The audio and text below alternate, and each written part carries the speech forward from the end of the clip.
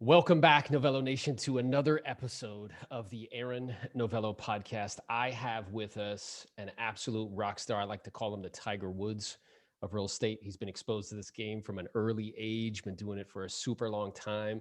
He's a friend. We've done kind of mission work together, taken a trip to Haiti, used to share rooms together when we went to learning events. The one and only Mr. Greg Sisson. How you doing, brother? Oh, doing great, Aaron. It's good to see you as always, and it's been too long. So thanks for having me. Yeah, man, my pleasure. I always like to be intentional and purposeful with people that we bring to the platform that I feel can add tremendous value. And I know you're definitely one of those people. So I thought it would be interesting for the audience to kind of walk us through, because I said Tiger Woods of real estate, and I don't know if they understand what I mean by that. So talk to me about kind of growing up watching, right, a parent in the real estate game. Yeah, well, my dad, Gary, interesting analogy using the golf. My dad was a big golfer in Kentucky and would take golf trips to Myrtle Beach, where we live now, and with his buddies in the late 70s. And somebody said, Gary, you'd be pretty good in real estate. So he left.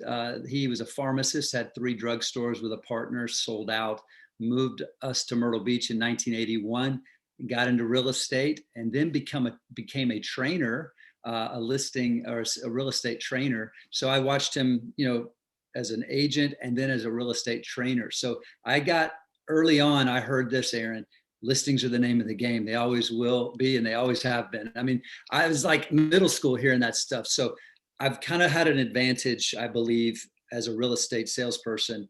I've kind of been groomed in that culture because he was, some of the people may know Floyd Wickman out of Detroit, Michigan, was his mentor and who he worked for as a trainer.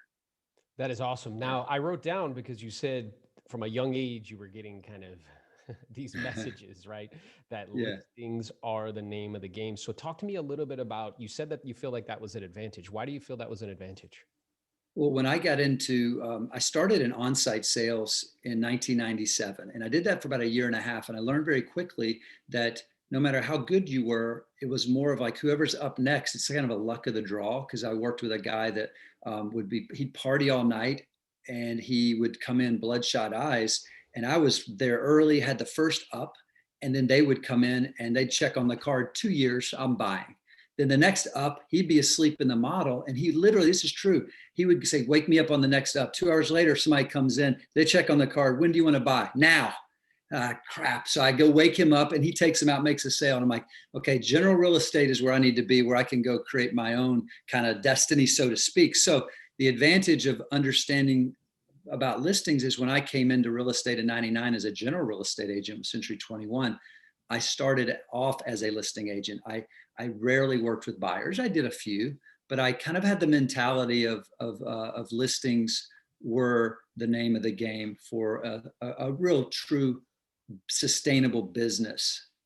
Yeah, that's awesome. I wrote down here that that experience, it sounds like, demonstrated to you that there's not much power in waiting Yeah, and kind of sitting and waiting for people to show up. It's not predictable. It's the other thing I wrote down, and it's not duplicatable. So you really wanted to have control yeah. of your kind of financial destiny in the real estate game. So you recognize, like, oh, I need to really focus on listings. Now, when you say that at the beginning of your career, talk to me a little bit about the commitment that that took, right? For you to say, you know what, I'm I'm primarily, if not exclusively, going to work with sellers. Hmm. I mean, it wasn't very difficult, Aaron, because I didn't know any better. And I went to work with a guy that a lot of your listeners may know of named Greg Harrelson, Ron and Greg, his father. I worked with them and they didn't work with buyers. I mean, we were listing, it was a listing agency type of culture.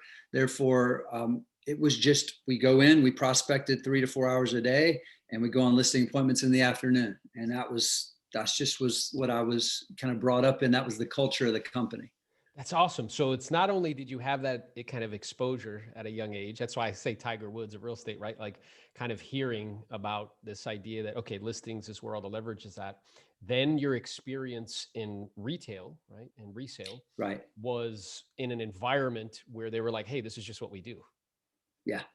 And That's and I it. guess talk to me a little bit about, again, because I don't know if the listeners understand how much of an advantage that is, because I'm aware, not only being in the game, but also coaching and training and speaking, Yeah. that there's a disconnect there. And I remember somebody told me one time that you can't be world class at both, Hmm. right? So talk to me about like how much that made such a critical impact in the trajectory of your business once you made that commitment to the listing side. Well, I mean, I learned early on, like that we had more control of our time. On the weekends, I rarely would work on the weekends. If I left on a vacation or if I was out for a few days, you can still make sales versus because you have inventory. So, I mean, it's that old employer employee kind of distinction. So I certainly understood really early on that was the way I could have more of a sustainable path and just I mean, I hate the word balance because we're all out of balance on many levels, but it did create an opportunity not to have to work on the weekends, which was always my goal. Hmm. Okay. So I wrote here that like you went basically deep down the well in one skill set, right?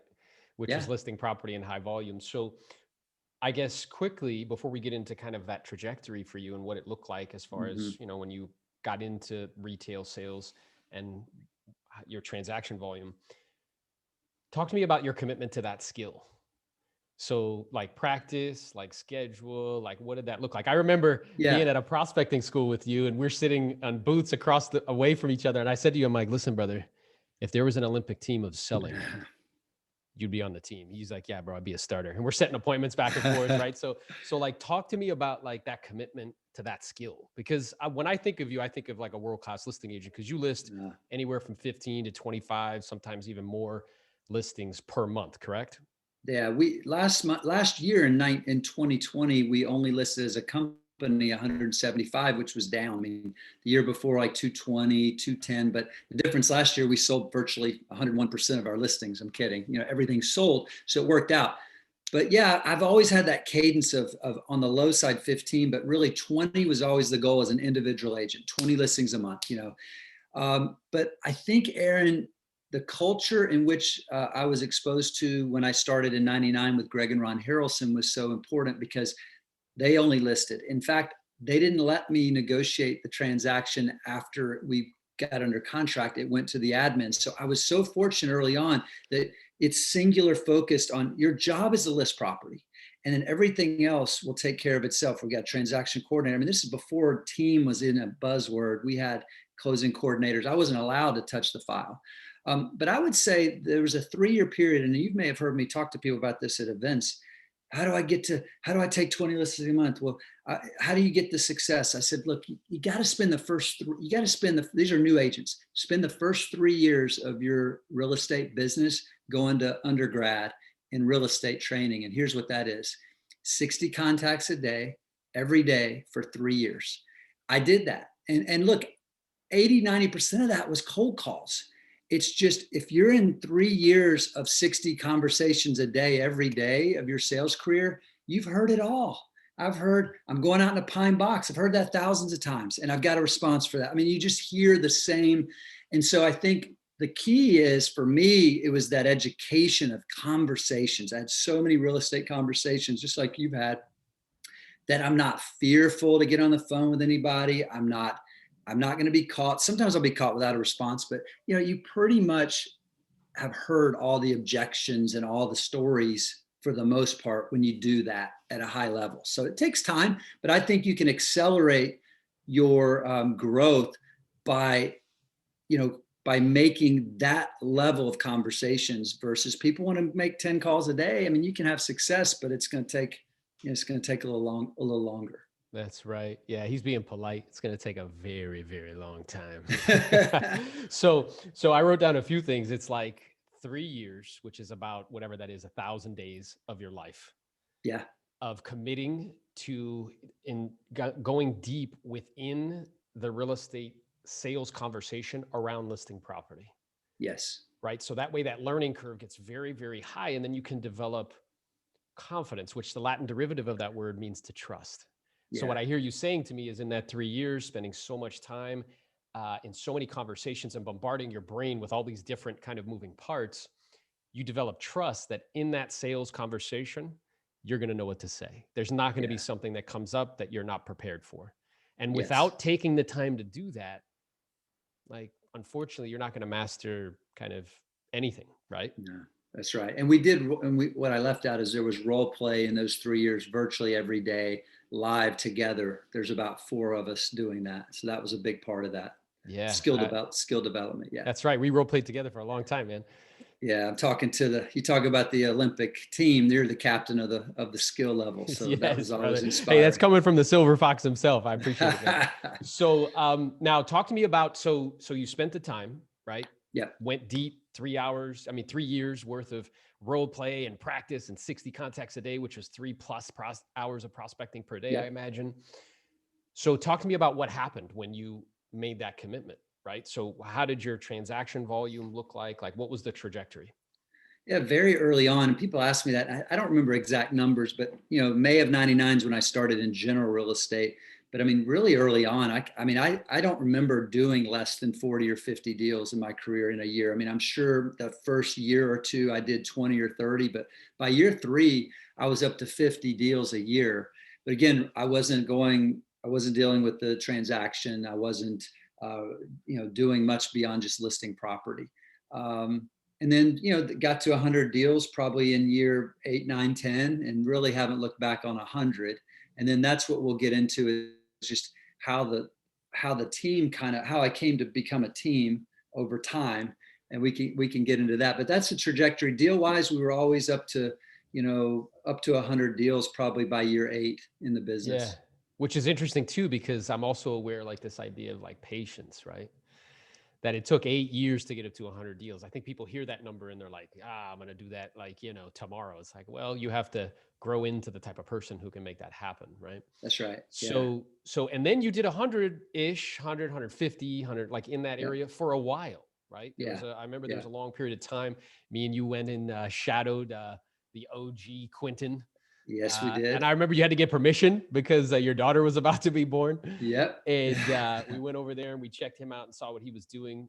And I think that was kind of the beginning for you, beginning to think, right? Planting those seeds. So here Mhm. you are doing, 150-ish. Your life's great, right? It's not Yeah. terrible. I know you don't work past like 5:30, rarely. Don't work on the Right. Right. weekends, listing all these Yeah. properties. So, like, what happened that caused this dominant listing agent, Greg Sisson, to be like, you know what? I think I'm going to start building out the buy side business. Yeah.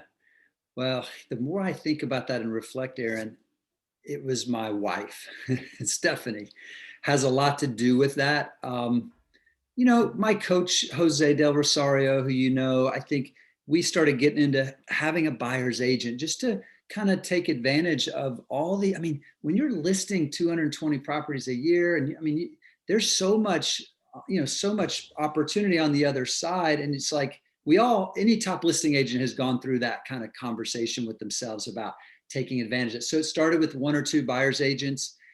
And then Stephanie started seeing the results in that, and like, well, why don't we just add another one? And then we started, doing a little online leads, and it just kind of happened. I know that it's not like I said a year. We sat down and said, let's grow to have 8 buyers agents, and by 2020 do 368 closings and $93 million in volume. That was not our goal. It's just the evolution of I think what happens is when you do it for a long time as a listing agent, and I'm in a small market, fairly small market, grew up here, it just became a natural evolution of attracting good people, cultural fits that we want to be around. And it's been a pleasure to get involved with, but it was not like a singular decision. It kind of just happened over time, like 2 this year, add a third one. Okay, we're seeing profit there, add a fourth one.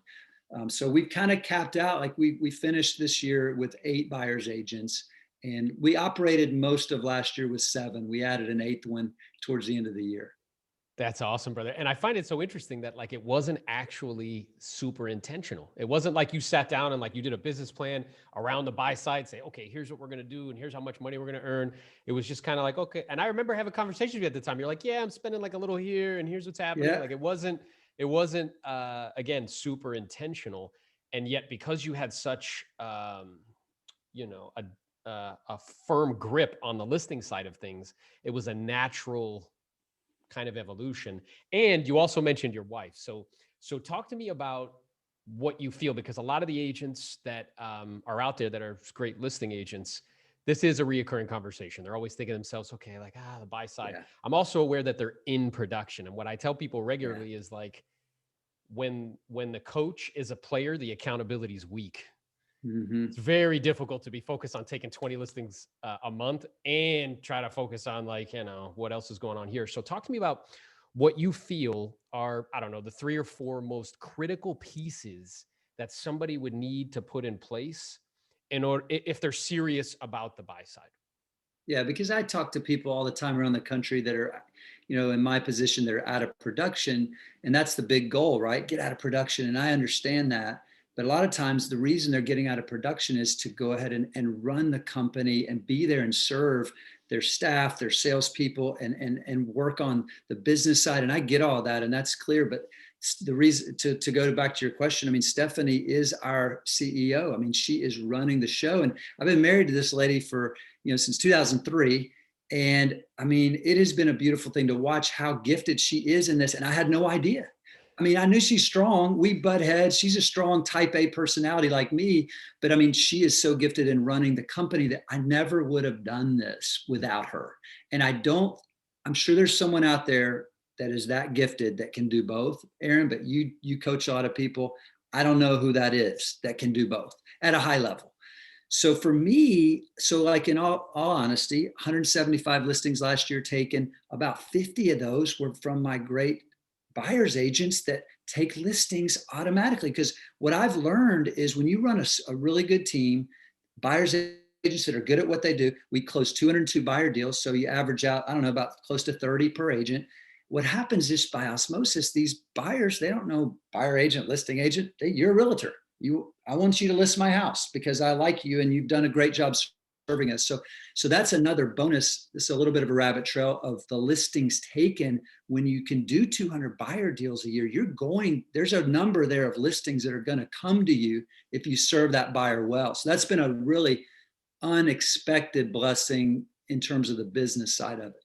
Yeah, But that's so awesome. Stephanie runs this, all the admin, all the numbers, and just keeping us on track with where we want to go with vendor relationships and all that. And then I'm very, very much plugged in with our agents. I'm there every morning, same way we used to always. I'm in the office 7:30, and I'm on the phone. We do a daily huddle, so I'm very much. My gifting is just loving on those agents, supporting them, troubleshooting. I love getting in the middle of a negotiation or a challenge they're dealing with, an objection. So that's kind of my role, and Stephanie does everything else. That's right. The closer comes in. He's like, move out of the way.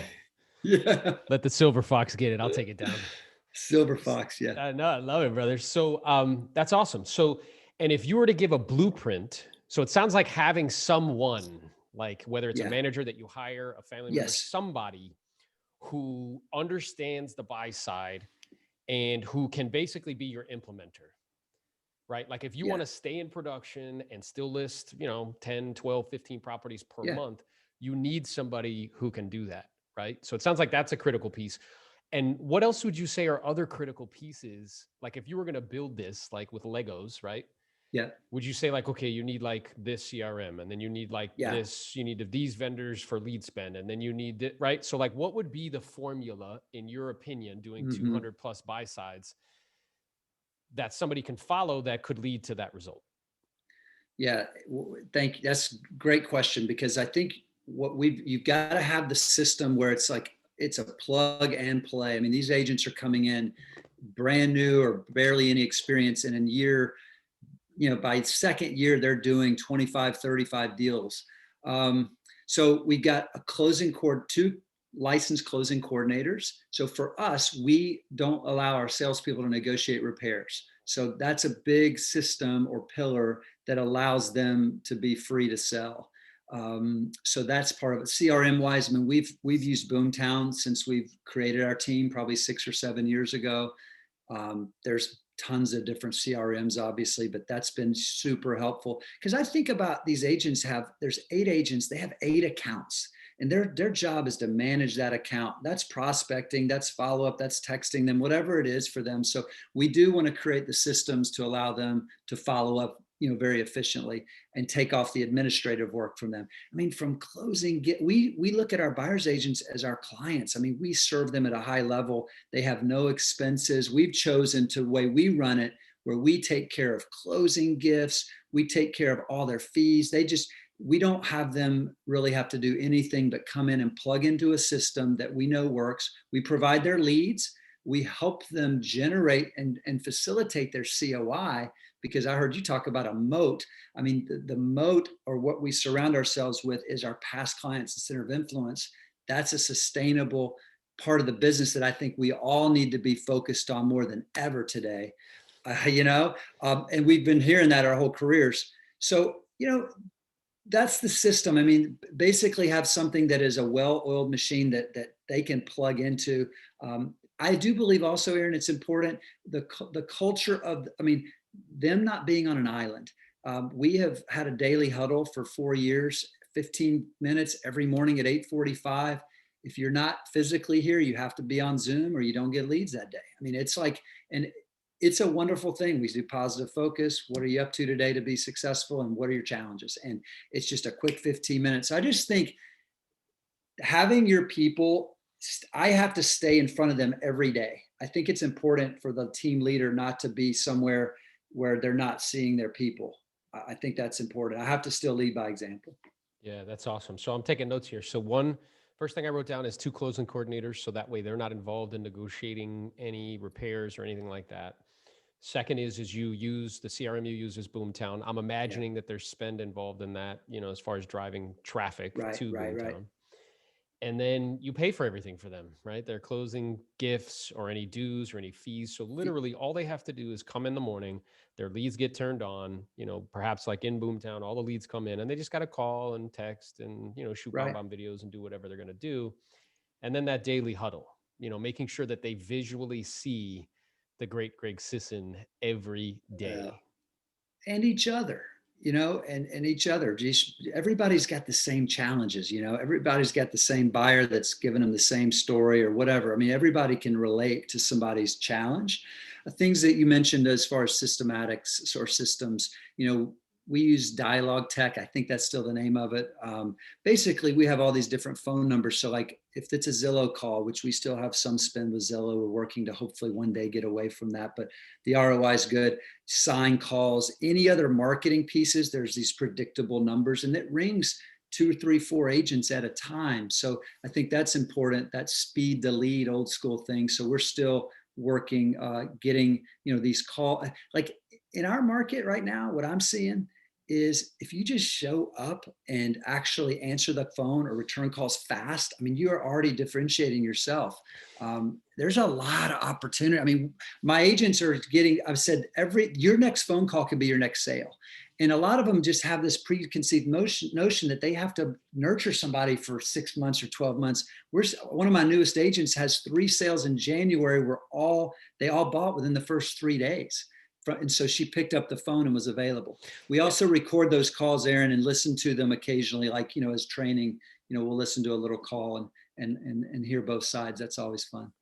that's awesome. And then um, I'm imagining that it's Steph that holds all of them accountable as far as like the Oh, leads and making sure they're calling and like all that other stuff.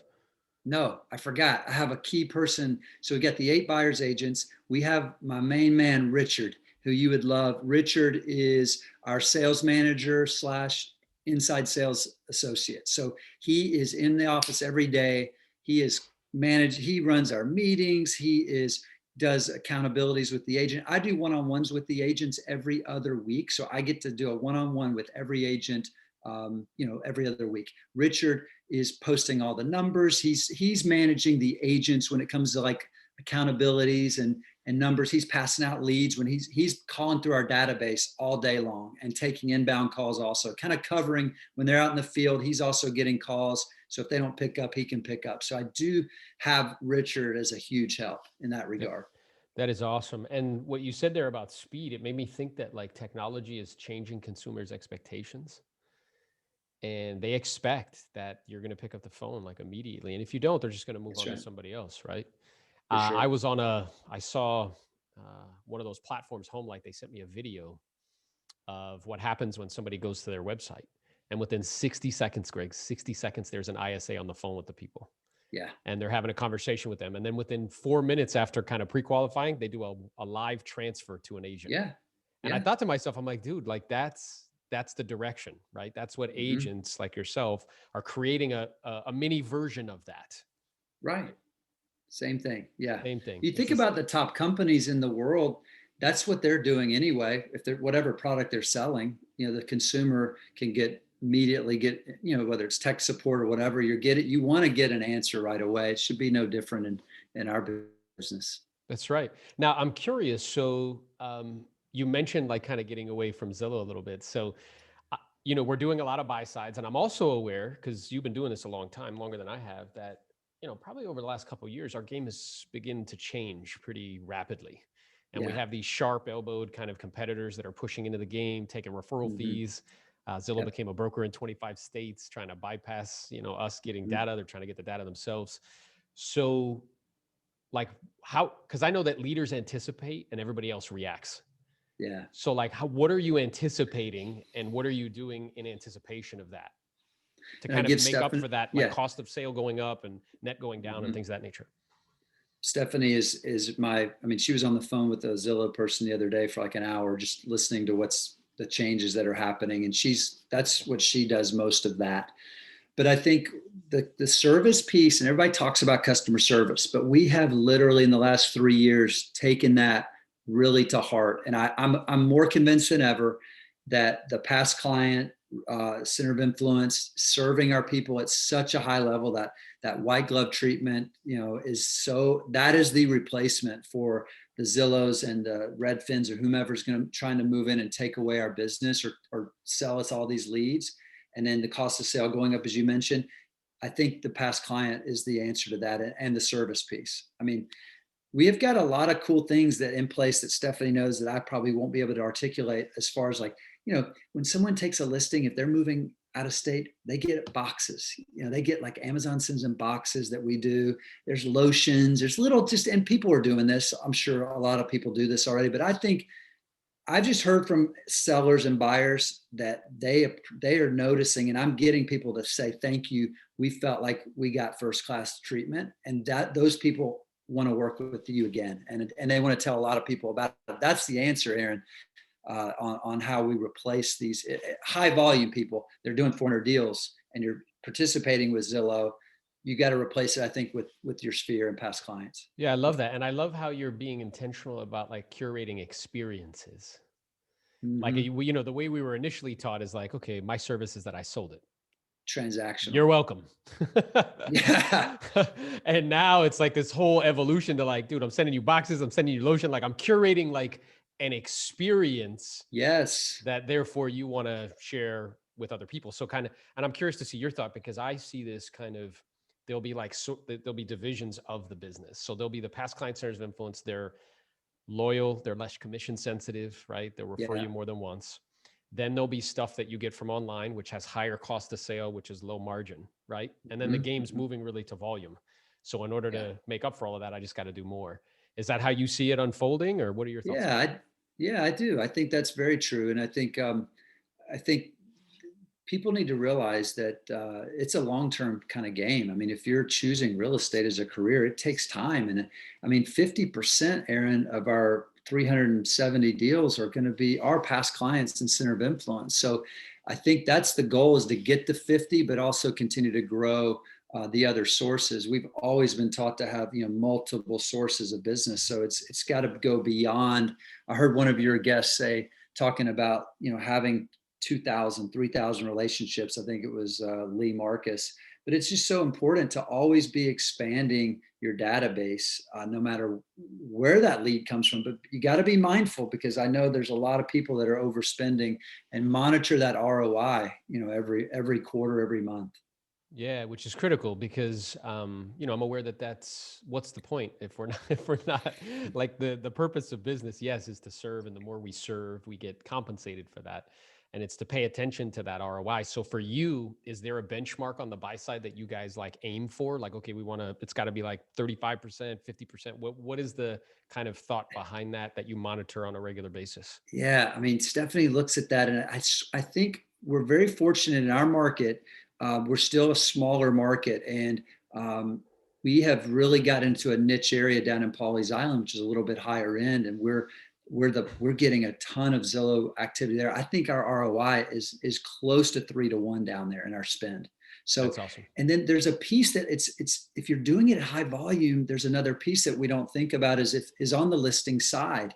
And if you can have that transaction, yes, the cost of sales is a little higher, but if I serve that person at such a high level, I don't have to buy them again. Yes. Yeah, It's so you interesting know, you say that because I've had numerous times this year where through getting listing leads through one of these platforms, whether it be like a Home Light or a Fast Expert or right. wherever, and then you help them, and yes, the cost of sales higher because you're paying a referral fee, but then they're like, oh yeah, I got this other property I got to sell too.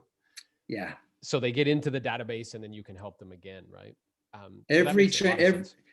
Yeah, every deal should be thinking there's one more deal on every deal. I tell the buyer's agents, there's got to be another deal somewhere in that buyer deal that you did. They're going to buy another one. They know someone they can give you a referral. They've got a listing. There's always so that's the first question they ask the buyers is what other properties in Myrtle Beach do you own right now? Yeah. What else do you own here? Because every I can't help myself, right? We're listing agents. I mean, you call me, what do you have that I can help Yeah. you sell? I just had a vision of like one of those hunting dogs, like just like sniffing, like, Yeah, where's the listing, bro? Where's the listing? I know it's here somewhere. that's right. So That's right. I'm curious then. So here you are. You did how many deals last year? We closed 368 last It's year. awesome, brother. Good for you. Thank you. And so where do you see like this, right?